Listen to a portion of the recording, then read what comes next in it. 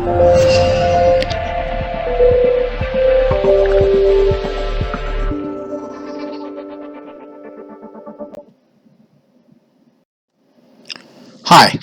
my name is Aki Kaliotakis, and I'm the founder and managing partner of a small consulting business called the Leadership Launchpad.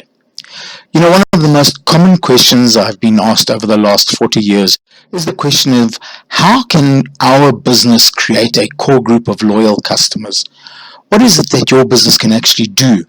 And there's two ways we can answer this. The first way is to look at it from what the company needs to be able to do, and that'll be the topic of another video. But today I'd like to focus on it from the customer's point of view. What do the customers need to experience in order to create a sense of loyalty? And you know, it comes down to a handful of things.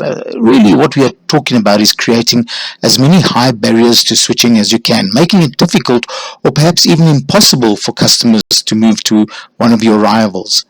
Now, of course, you can do this by forcing them to do things like sign contracts, but they don't respond very well to that. If there's a willingness, however, to do business with you, there are probably 5 contributors to that, and they have to happen in a particular order. First of all, the foundation is created by getting the basics incredibly right. And what I'm talking about over here is that a business that isn't able to get the basics right is going to go out of business eventually, because the quality and the experience is just not there. It's the equivalent of putting lipstick on a pig if you're trying to do the fancy stuff but haven't got the basics right. The foundation will crumble. And the question then is, well, what do we do? Listen to your customers, because they will tell you about the things that they think you are doing that are dumb things. You've got to get rid of them as much as possible, obviously. Keep your promises, focus on the little details, and obviously listen to them. Those are the kinds of things that will make a tremendous difference. Now, related to this, but at a slightly different level, is to make it easy and effortless to do business with your business. And of course, this can happen at many different levels from a customer's experience point of view.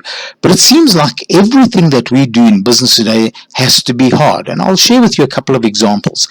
Essentially, there are 4 levels at which we can make it easier for our customers. The first is the physical level. And you know how difficult it is sometimes to open packaging that is so tight that you cannot actually open it without a pair of scissors or doing damage to your hands. Another example is how airports and airlines make us walk literally hundreds of meters in order to do our transactions. Everything seems to be hard. At the next level, it's the conceptual or intellectual or mental level, and this is where complexity comes in. Customers will tell you, they'll give you feedback, they will say to you, I don't understand what this is all about. And so from that point of view, we need to make it as easy as possible. It seems to me as if the world has become incredibly complicated, and the businesses that make it easier from a conceptual level are going to get the bulk of the business. This is especially true with websites. And then, of course, there's the emotional level, the emotional difficulty of doing business with your business. And that usually comes from a sense of frustration about powerlessness. You know, I'm in your hands, I've left it up to you, and I'm not quite sure if you're actually going to help me over there. Now, in particular, in some industries, it's more difficult than others, because if, for example, a customer puts in a claim to an insurance company, they're not quite sure if that claim will be handled and if they're going to get back what they think they should be getting. So there's a sense of frustration that comes through, and in many cases, the customers start off assuming that they will have to fight, and they repeat to themselves the best form of defense is attack, and of course creates havoc for us. And then, of course, some things just require a lot of time effort. Some things just need us to waste our precious time doing certain transactions, waiting in queues, for example, waiting for somebody to make a decision. Now, these first 2 levels really form the most solid foundation for everything. And as I mentioned earlier, if you don't get particularly the basics right, anything else that you do that will make it fancier and that will lead to customer loyalty, you think, will obviously be wasted, because they're not going to actually listen to that. So, at the next level then, what do? Well, give me evidence that I am important to you. Put relationships first. And what we're talking about over here is not just platitudes, which I see so often in posters, in foyers, in advertising. The customer is king, the customer is queen, you're everything to us. But then you get into a particular business and the rules are more important than the customer. I think from that point of view, we need to be able to touch their hearts. And putting relationships first is not about breaking the rules, although of course that will help me to feel much better about it. But it's also about remembering little details about them, their hobbies, their pastimes, paying them compliments, telling them what beautiful children they have, remembering how difficult it is, the sense of empathy. All of those things are about the human-to-human contact that we have. And then, of course, we have the adding value and surprising them. And from that point of view, I want to include it with what has been called the blue oceans. Now, let's focus on this green zone first for a few seconds. Adding value and surprising them is coming up with innovative and creative ways of giving unbelievable, personal, memorable experiences to your customers. Now, you might think that this is very complicated and very expensive, but the reality is that it's not true, because what you find is that of the at least 82 ways of adding value for customers, and there might even be more of them, the reality is that the majority of them by far are either free or cheap.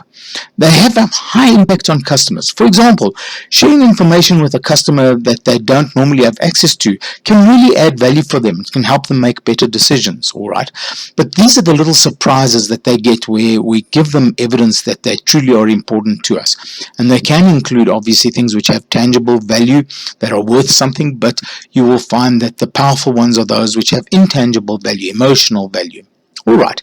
Now, a combination of these, and particularly the relationships and the adding value, will help us to move to blue oceans. The concept comes from Renee Bourne and Kim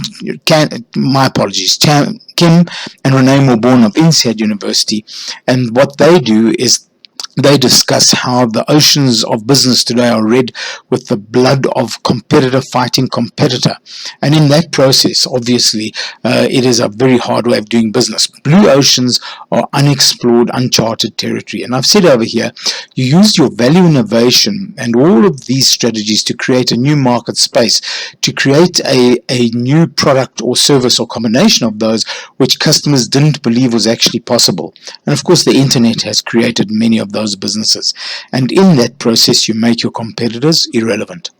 So that's really it from a customer's point of view, and as I said, the devil is in the details. There's lots and lots of ideas that we could use to come up with over here, but this really gives you a good starting point to understand how it is that you can create a group of really loyal customers. So from our point of view, thank you for watching this particular video. In the next one in the series, we'll take a look at it from a company's point of view, and we'll maybe share some more stories in future videos about the specific actions that you can take to create unbelievable levels of loyalty. Thank you very much.